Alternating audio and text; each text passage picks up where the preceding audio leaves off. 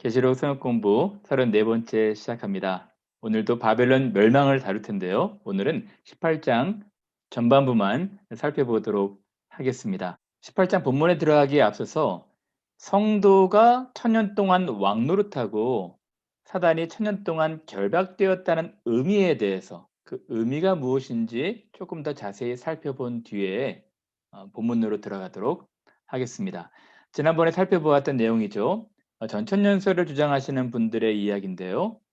지난번에 제가 이 천년왕국을 무천년설 입장에서 말씀을 드렸습니다. 교회 천년설이라고도 하고요. 예수님께서 오시고 십자가에 달려신 뒤부터 예수께서 재림하실 기간이 천년 왕국이라고 말씀하는 것이죠. 이 유천년설을 주장하시는 분들은 이 백마부대, 곡마곡 전쟁이 함께 일어나는 것이고, 그리고 두 짐승과 용이 함께 멸망하는 것이지 시간 순서대로 되는 것이 아니라 다른 관점에서 묘사한 것이라 말씀하는 것이죠. 그런 의미에서 20장도 19장과 함께 연결시켜야 될 것 같습니다. 그래서 천년왕국, 이 천년은 예수께서 오신 뒤에 다시 오실 때까지의 기간을 말하고 있는 것이죠. 근데 이 기간 동안 성도들이 천년 동안 왕노릇한다는 것입니다. 반면에 사단은 천년 동안 옥살이를 한다는 것이거든요. 그럼 질문은 이것입니다. 오랜 교회 역사간에 수많은 핍박과 박해가 있지 않았겠습니까? 로마 시대에도 또 중세 종교 개혁 시대 때에도 수많은 사람들이 핍박과 박해 가운데 있었는데 어떻게 그들이 왕노릇했느냐 이것이죠. 여러분 오늘도 천년 왕국 기간 아니겠습니까? 오늘 교인들 신자들이 이 왕노릇하면서 살아갑니까? 그래서 저는 이 성도가 왕노릇한다는 것이 무엇인지 잠시 다루고자 합니다. 물론 20장 가서 자세히 다루겠지만 오늘은 성도가 천년 동안 왕노릇한다는 것이 과연 무슨 의미이고 또 사단이 천년 동안 옥살이한다는 것이 무슨 의미인지 짧게 생각해 보도록 하겠습니다. 많은 분들은 지금 지상에서는 성도들이 왕노릇하는 것이 아니기 때문에 하늘에서 세세무궁토록 그리스도와 더불어 왕노릇한다는 의미로 알고 있거든요. 물론 그런 말씀이 있습니다. 그들이 세세토록 그리스도와 더불어 왕노릇하겠다는 것이죠. 성도들의 미래입니다. 근데 계시록 5장에서는 그들이 땅에서도 왕노릇할 것이라 말하고 있거든요. 1세기부터 오고 오는 여러 세대, 우리가 살아가는 또 앞으로 다가올 이 세상에 성도들이 왕노릇한다는 것입니다. 여러분들 왕노릇하고 있습니까? 대체 왕노릇한다는 의미가 무엇일까요? 그래서 잠깐 몇 가지를 생각해 보자면 성도들이 룰 오버, 레인한다는 것입니다. 통치한다는 것이거든요. 물론 왕의 기능, 왕노릇한다는 것은 통치를 말하고 있습니다. 그 통치가 과연 무엇이냐 하는 것입니다. 그래서 세 가지를 생각을 해 봤는데요. 첫 번째는 죄의 종노릇하지 않는다는 것입니다. 다시 말하면 죄에 대해서 왕노릇한다는 것입니다. 말씀엔 다음과 같이 말합니다. 우리가 알거니와 우리 옛사람이 예수와 함께 십자가에 못 박힌 것은 죄의 몸이 죽어 다시는 우리가 죄에게 종노릇하지 아니한다는 것이죠. 아담 이후로 죄가 들어와서 많은 사람들이 죄의 압제하에 노예 생활하고 포로 생활했거든요. 그런데 예수께서 승리하심으로 우리가 다시는 죄의 종노릇하지 않게 되었다는 것입니다. 그런 의미에서 왕노릇한다는 것이죠. 또 죽기를 무서워함으로 한평생 매여 종노릇하는 모든 자들을 놓아주려 하심이니 우리도 전에는 어리석은 자요 순종하지 아니한 자요 속은 자요 여러 가지 정욕과 행락에 종노릇한 자요. 우리가 사단의 지배하에 사단의 통치하에 종노릇하고 있었는데 이제는 성도들이 죄의 지배에서 해방되어 왕노릇할 수 있다는 것입니다. 두 번째 의미는 사망이 왕노릇하지 못한다는 것입니다. 여러분 모든 사람이 죽기를 두려워서 일생을 매어 종노릇하고 있지 않습니까? 근데 다시는 사망의 권세가 우리를 이기지 못할 거예요. 그래서 고린도전서에서는 사망아 너희 이기는 것이 어디느냐? 너희 쏘는 것이 어디느냐? 수많은 사람들이 로마 시대나 종교 개혁 시대 때에도 화영장 이슬로 사라져 가면서 사망을 두려워하지 않았던 것입니다. 사망이 더 이상 왕노릇하지 못하는 것이죠. 그러나 아담으로부터 모세까지 아담의 범죄와 같은 죄를 짓지 아니한 자들까지도 사망이 왕노릇하였나니. 그런데 이제 더 이상 예수께서 우리를 왕과 같은 제사장 삼으심으로 사망이 더 이상 왕노릇하지 않는다는 것입니다.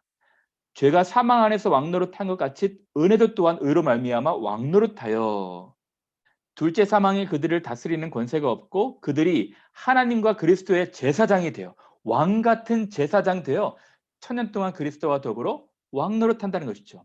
지금 이 천년 동안 우리가 왕노릇하며 살아간다는 것입니다.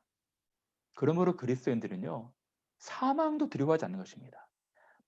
많은 사람들이 죽기를 두려워해서 사망의 종노릇하며 살아가지만 그리스도인들은 이 모든 것들을 초월하고 극복한 사람들인 것입니다.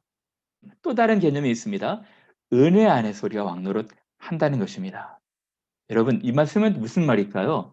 우리가 죄를 통치할 수도 있고 사망도 지배할 수 있지만 또 은혜 가운데서 우리가 왕노릇할 수 있다는 것입니다. 여러분, 죄가 사망 안에서 왕노릇한 것 같이 은혜도 또한 의로 말미암아 우리 안에서 왕노릇하여서 예수 그리스도와 더불어 영생에 이르게 한다는 것이거든요. 여러분, 다시 말하면 많은 사람들이 왕노릇한다 생각할 때 왕의 보좌에서 통치하고 군림하고 지배하는 것을 생각하는 것이거든요. 전혀 그렇지 않습니다. 물론 우리가 죄를 극복하고 사망에 대해서 왕노릇하지만 은혜 안에서 왕노릇하는 것은 군림과 지배가 아닌 섬김과 희생과 사랑인 것이죠. 세베대의 아들 어머니가 하나들을 예수님의 좌편 우편에 예수께서 높은 지위에 오르셨을 때 그들도 그 자리에 세워 달라고 청탁하지 않습니까? 예수께서 말씀하십니다. 이방인의 집권자들이 그들을 임의로 주관하고 그 고관들이 그들에게 권세를 부리는 줄 너희가 알거니와 너희 중에는 그렇지 않아야 되나니. 사람들은 군림하고 지배할지라도 우리는 다른 개념을 갖고 있으라는 것입니다. 그것이 무엇입니까? 너희 중에 누구든지 크고자 하는 자는 너희를 섬기는 자가 되고 으뜸이 되고자 하는 자는 종이 되어야 하리라. 즉 왕노릇한다는 것은 군림과 지배가 아닌 섬김과 헌신과 다른 사람들을 높이는 것이죠. 여러분, 예수님께서 세상에 계실 때 왕으로 계시고 지금도 영원토록 왕으로 계시지 않습니까? 물론 예수님도 통치 기능이 있으시지만 세상에 계실 때 예수님께서 왕으로 계신 것은 섬김과 희생이었습니다. 섬김을 받으러 오신 것이 아니라 그들을 섬기려 하고 그들을 위해서 자기 목숨도 대성물로 주시기 위한 왕이셨던 것이죠. 우리도 그런 의미에서 왕노릇한다는 것입니다. 여러분, 다르게 말하면 하늘에서 성도들이 왕노릇하고 있지 않습니까? 거기서 누구를 지배하고 누구 위에 군림하고 있는 것인가요? 그렇지 않습니다. 서로서로 사랑하고 서로 희생하고 그것이 그리스도 안에 있는 개념의 왕노릇인 것이죠. 그런 의미에서 성도들은 로마 시대 1세기에 또 오르고 오는 여러 교회 시대 때 핍박과 박해 가운데 있었을지라도 그들은 은혜 안에서 자유를 누리면서 왕노릇할 수 있었다는 것이죠. 그런 의미에서 우리 성도들이 이 땅 가운데서 왕노릇하고 있는 것입니다. 그럼 두 번째로 사단이 천년 동안 옥살이 한다는 것이 무슨 의미일까요? 이 말씀도 흥미롭습니다. 사단이 지금 감옥에 갇혀 가지고 활동하지 못하는 그런 상태가 아니지 않습니까? 공중 권세를 잡은 자로 지금도 계속해서 전 세계에 세상 정신을 가지고 지배하려 들지 않습니까? 그런데 지금 어떻게 사단이 천년 동안 옥살이하고 있다고 하는 것일까요? 이 말씀은 계시록 20장을 봐야 될 텐데요. 또 내가 보매 천사가 무저갱의 열쇠와 큰 쇠사슬을 그의 손에 가지고 하늘로부터 내려와서 용을 잡으니 곧 옛뱀이요 마귀요 사단이라 잡아서 천년 동안 결박하여 무저갱에 던져 넣어 잠그고 그 위에 임봉하여 천년이 차도록 다시는 만국을 미혹하지 못하게 하였는데 그 후에는 반드시 잠깐 노일이라. 20장 가서 제가 자세히 말씀을 드리겠지만 여기서 천사가 바인딩을 하는데 세 가지 표현을 말하고 있습니다. 사단과 뱀을 잡는데 결박한다, 체인한다는 것이죠. 그리고 잠근다, 락한다는 것입니다. 임봉한다, 스릴링한다는 것이거든요. 이 말씀이 대체 무슨 말일까요? 이것은 이렇게 이해를 해야 될 것 같습니다. 여기도 똑같이 세 가지 의미를 말씀을 드리고자 하는데요. 예수께서 십자가에서 사단에게 결정적 패배를 안겨주었다는 것입니다. 실제 사단이 옥살이하고 있다는 의미가 아니고요. 사단에게 결정적 패배가 있었다는 것입니다. 이것은 창세기에 예언된 것이죠. 창세기 3장 15절에 내가 너로 여자와 원수가 되게 하고 내 후손도 여자의 후손과 원수가 되게 하리니, 여자의 후손은 그리스도를 말하고 있습니다. 내 머리, 사단의 머리를 박살낸다는 것입니다. 십자가에서 결정적 승리와 패배가 있었던 것입니다. 그리고 재림 때까지 이 천년이 지속이 되는 것이죠. 그리고 다음 구절엔 강한 자가 무장을 하고 자기 집을 지킬 때에는 그 소유가 안전하되, 지금 사단이 자기 소유를 지키고 있었습니다. 더 강한 자 예수 그리스도께서 와서 십자가에서 그를 굴복시키셔서 그가 갖고 있었던 무장들을 다 빼앗고 재물을 나눠주신 것이죠. 다음 구절엔 그가 위로 올라가실 때, 부활 승천하실 때 사로잡혔던 자들을 사로잡으시고 사람들에게 선물을 주신 것입니다. 악한 세력을 사로잡으신 것이죠. 이것이 체인되었다는 의미입니다. 사단이 옥살이한다는 의미죠. 또 다음 개념으로는 사단의 세력이 현저히 약화되었다는 것입니다. 즉 1세기에도 교회 역사에도 지금 현재에도 사단은 활동하고 있습니다. 그러나 그 세력이 예전과 비해선 현격하게 약화된 것이죠. 즉 사자와 같은 활동을 하지만 묶여 있는 사자라는 것입니다. 말씀은 다음과 같이 말합니다. 하나님께로부터 나신 자가 그를 지키심에 악한 자가 그를 만지지도 못하는 것이죠. 사단은 제한된 범위 내에서 활동한다는 것입니다. 그것을 결박이라 표현된 것입니다. 세 번째 개념으로는 사단은 신자들을 더 이상 지배하지 못합니다. 예수 그리스도의 승리로 성령께서 우리 안에 계심으로 말미암아 사단이 우리를 만지지도 못하고 우리를 지배할 수도 없는 것이죠. 그러므로 우리가 대적할 때 그가 피할 수밖에 없는 존재가 된 것입니다. 여러분 이것이 천년 동안 우리가 처해 있는 위치입니다. 우리는 왕 같은 제사장들이고요. 사단은 지금도 활동하지만 그의 세력은 약화가 되었고 신자들을 지배할 수 없는 위치에 있게 된 것입니다.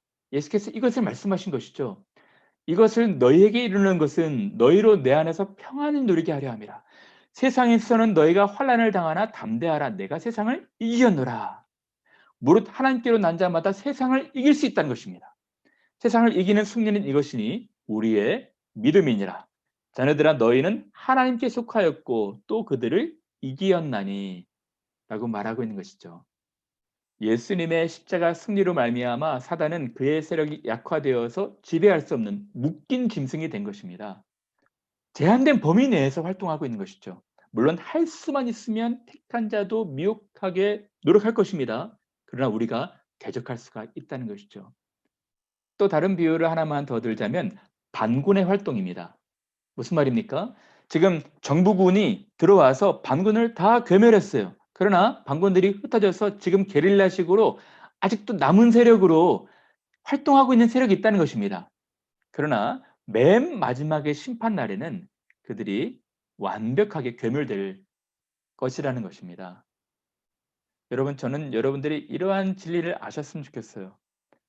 우리는 왕 같은 제사장으로 다른 무게감을 가지고 이 땅을 살아가야 되는 것입니다. 굴림과 지배가 아닌 예수님처럼 섬김으로, 사랑으로, 희생으로, 죄에서 사망에서 해방되어 능력 가운데 이 땅을 살 수가 있는 것이죠.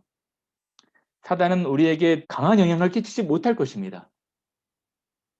그런 의미에서 여러분들이 이 천년 왕노릇, 천년 옥살이에 대해서 생각해 봤으면 좋겠고요. 다음 주제입니다. 다음 주제는 바벨론의 정체와 멸망의 정당성에 대해서 함께 살펴보겠습니다. 음녀와 신부에 대해서도, 바벨론과 예루살렘 성에 대해서도 함께 살펴보겠습니다. 본문입니다. 이 일 후에 다른 천사가 하늘에서 내려오는 것을 보니 큰 권세를 가졌는데 그의 영광으로 땅이 환하여지더라. 여러분, 다른 천사가 내려왔다고 하거든요. 즉, 7 대접을 붙는 천사가 아닌 또 다른 천사라는 것입니다. 또 다른 천사는 힘센 천사를 말하고 있죠. 6장에 나와 있는 한 발은 바다에, 한 발은 땅을 밟고 있는 힘센 천사, 두루마리를 건넨 천사를 말하고 있습니다. 또 후반절에는 이 천사가 바벨론을 맷돌처럼 바다에 던져버리거든요. 후반절에 가서 이 천사에 대해서 조금 자세하게 말씀을 드리도록 하겠습니다.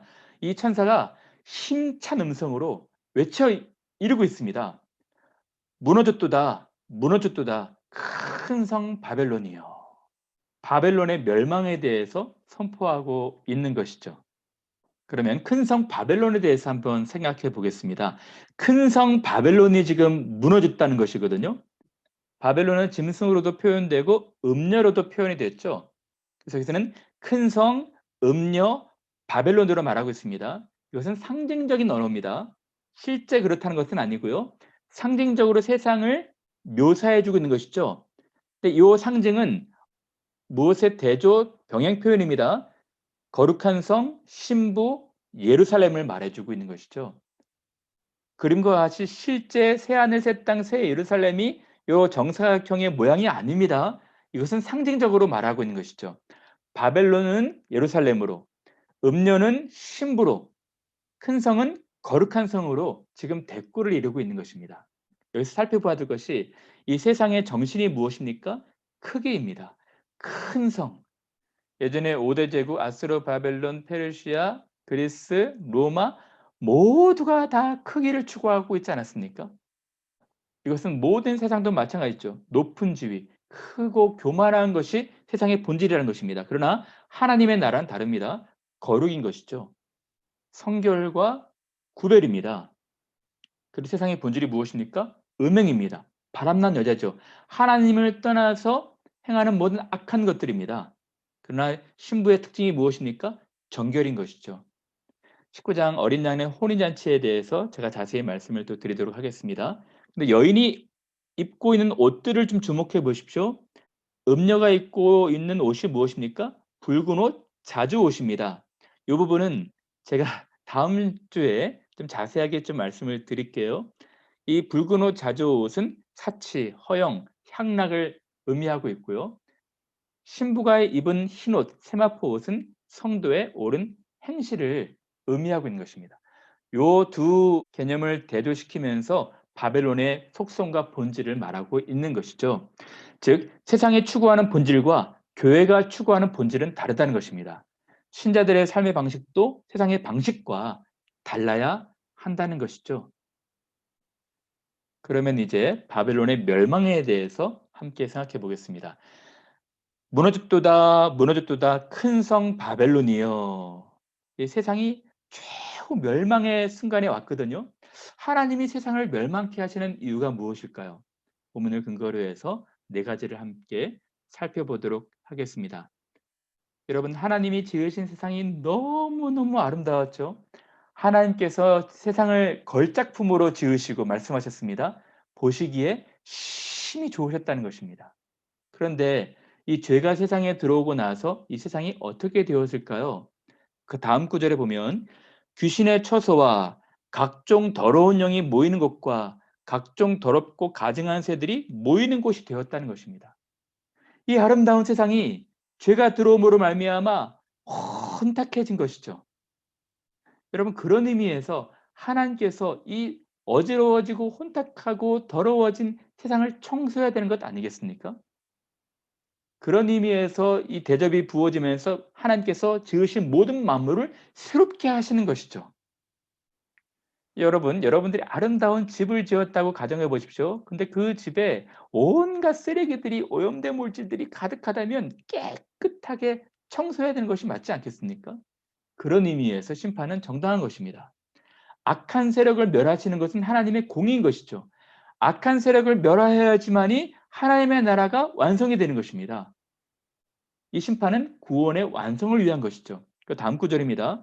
그 음행의 진노의 포도주로 말미암아 만국이 무너졌으며 또 땅의 왕들이 그와 더불어 음행하였으며 땅의 상인들도 그 사치의 세력으로 치부하였더라. 하나님께서 지으신 아름다운 세상이 음행으로 더러워진 것입니다. 땅의 왕들도 땅의 상인들도 땅에 사는 모든 사람들도 욕망, 사치, 향락, 불공정, 불의, 불평 이 모든 것으로 세상을 가득 채웠기 때문에 하나님께서 그 모든 것들을 청소하신 것이죠. 창세기 6장에 보면 사람의 생각이 항상 악할 뿐이고 세상의 죄악이 관영함으로 하나님께서 물로 심판하셨지 않습니까? 만물을 새롭게 하신 것이죠. 그런 의미에서 하나님의 심판은 정당한 것입니다. 세 번째는 다음과 같이 말합니다. 그의 죄는 하늘에 사무쳤으며 하나님은 그의 불의한 일을 기억하신지라 그가 준 대로 그에게 주고 그의 행위대로 갑절을 갚아주고 그가 섞은 잔에도 갑절이나 섞어 그에게 주라. 하나님께서는 행한 대로 갚으시는 분이십니다. 이 세상이 수많은 역사 동안 얼마나 불의한 일을 행했습니까? 하나님께서는 행한 대로 보응하시는 것이죠. 특히 요한계시록이 쓰여질 당시에 로마인들이 얼마나 많은 순교자들을 낳았습니까? 계시록 6장에는 성도들이 그들의 피를 신원해 달라고 간청하지 않습니까? 하나님께서는 그때는 기다려라 말씀하시는데 지금은 그 행한 대로 갚아주시는 것이죠. 이것이 하나님의 공의입니다. 네 번째는 그가 얼마나 자기를 영화롭게 하였으며 사치하였든지 그만큼 고통과 애통함으로 갚아주라.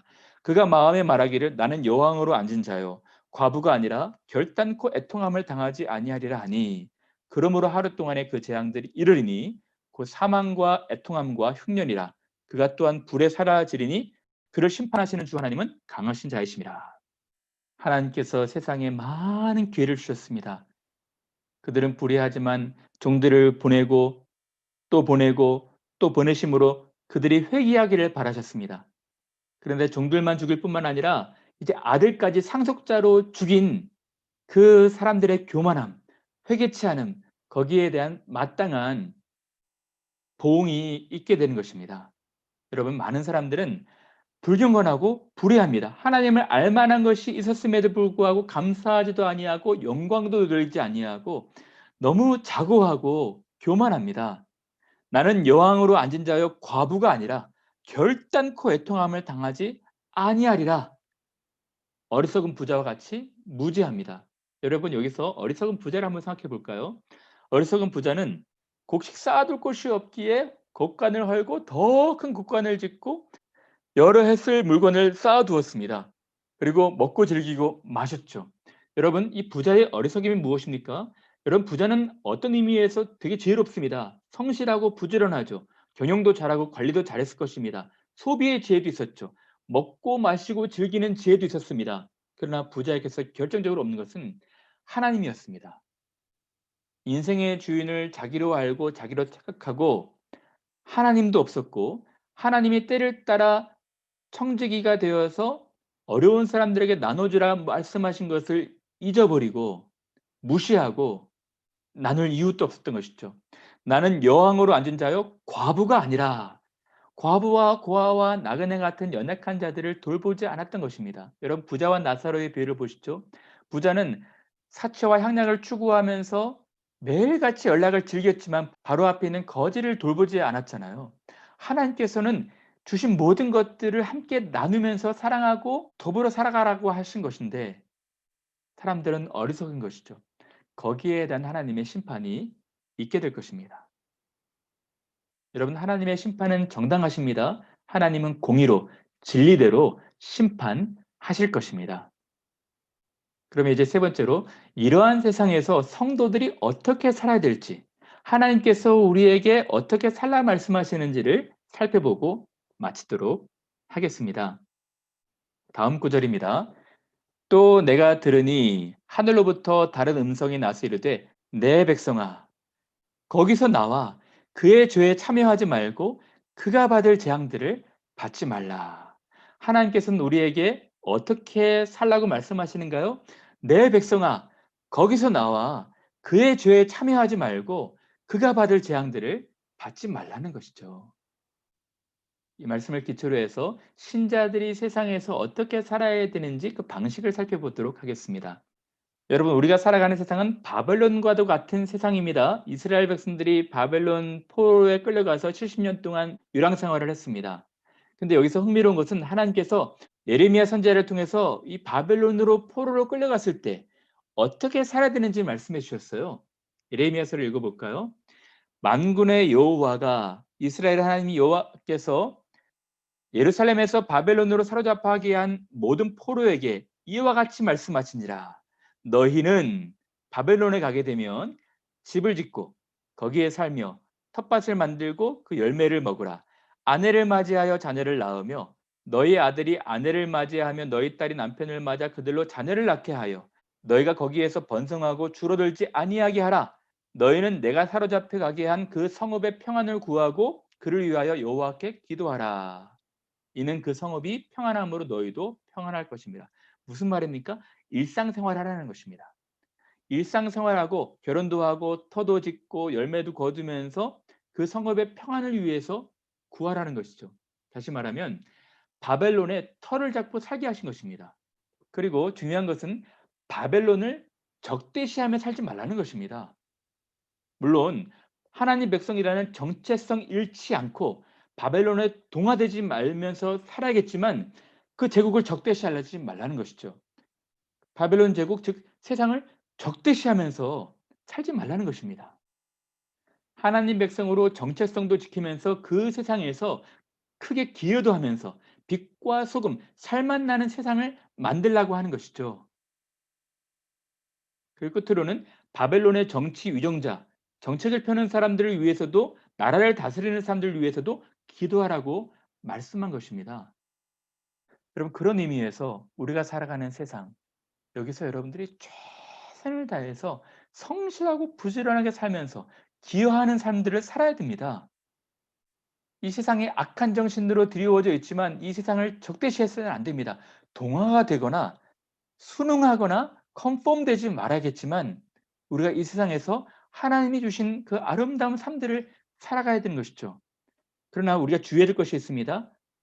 죄에 참여하지 말고 악에 빠지지 말아야 되는 것입니다. 세상과 신자들의 관계는 완전한 나라가 오기까지 세상에 살면서 그 나라 오기까지 죄에 참여하지 말고 하나님 나라 소망하면서 믿음 가지고 살아야 된다는 것입니다. 예수께서도 말씀하셨죠.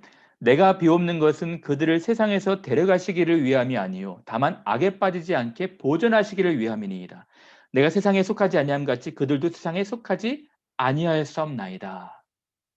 예수님뿐만 아니라 사도 바울도 말하고 있습니다.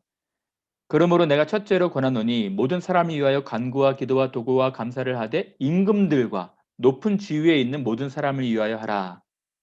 나라와 나라를 다스리는 사람들 위해서 기도하라는 것입니다. 또 더 나아가서 그 권세들에게도 복종하라는 것입니다. 하나님께서 주신 권세라는 것이죠.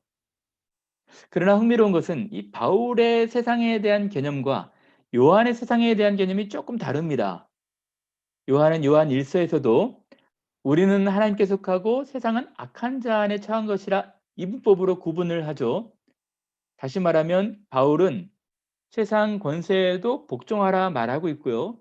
요한은 세상 권세에 좀 굴복하지 말아라 라고 좀 강한 어조로 말을 합니다. 여러분 어떤 차이가 있을까요? 무슨 차이가 있는 것입니까? 이 당시의 상황과 컨텍스트의 차이가 있는 것이죠. 여러분 지금 바울이 살았던 당시에는 AD 70년 이전입니다. 네로 황제가 있었던 때죠. 네로 황제는 이 방화 사건 이전에 그렇게 기독교인들을 핍박하지 않았습니다. 바울도 로마에 갇혔을 때에 가택연금 셋집에서 자유롭게 2년 동안 복음을 전하지 않습니까? 군인들도 그를 존경했다고 하죠. 그러나 68년도에 이 방화 사건 주범으로 그리스도인들을 몰면서 어마어마한 핍박을 하고 70년에 예루살렘을 멸망시킨 것이죠. 70년 이전에 바울이 상황에서 이 글을 쓴 것이고요. 요한이 글을 쓸 당시에는 AD 95년, 96년이었을 것입니다. 이때는 바울과 다르게 네로 황제 때는 방화범으로 기독교인을 핍박했다면 이때는 황제 신격화로 기독교인들을 핍박한 것이죠. 그런 의미에서 요한이 황제 숭배하지 말라고 믿음 잃지 말라고 굴복하지 말라고 강조한 것이죠. 그럼 여러분 오늘날 우리가 살아가는 시대는 어떨까요? 오늘은 1세기 당시 로마처럼 신앙의 자유가 억압되고 박해받는 시대가 아닙니다.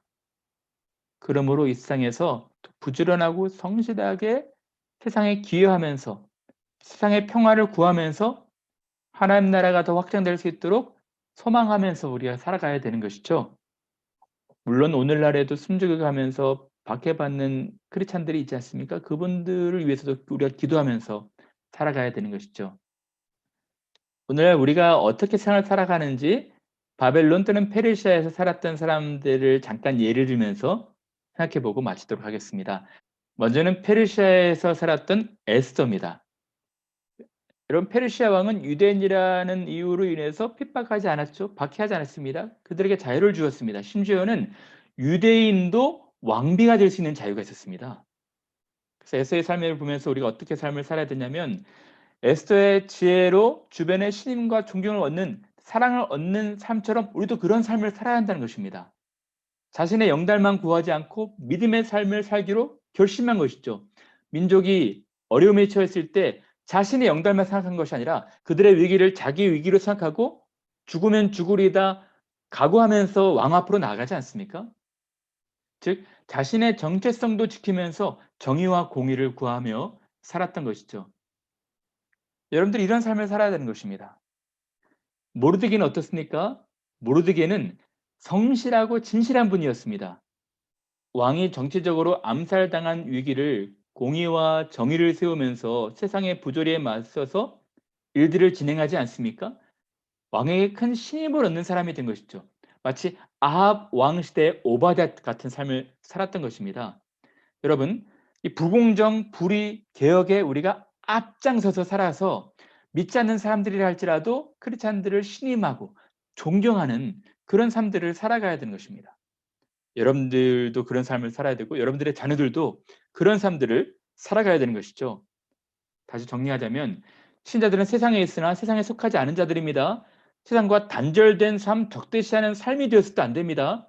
세상에서 정체성을 지키면서 하나님 나라의 소망을 두고 믿음을 지키면서 살아가야 되는 것이죠. 오늘 계시록의 표현으로는 내 백성아 거기서 나오라는 것입니다. 즉 세상의 정신에서 나와서 죄에 참여하지 말고 그가 받을 재앙도 피하라는 것입니다. 한 인물만 더 살펴볼까요? 먼저는 바벨론에 포로로 끌려갔던 다니엘과 세 친구입니다.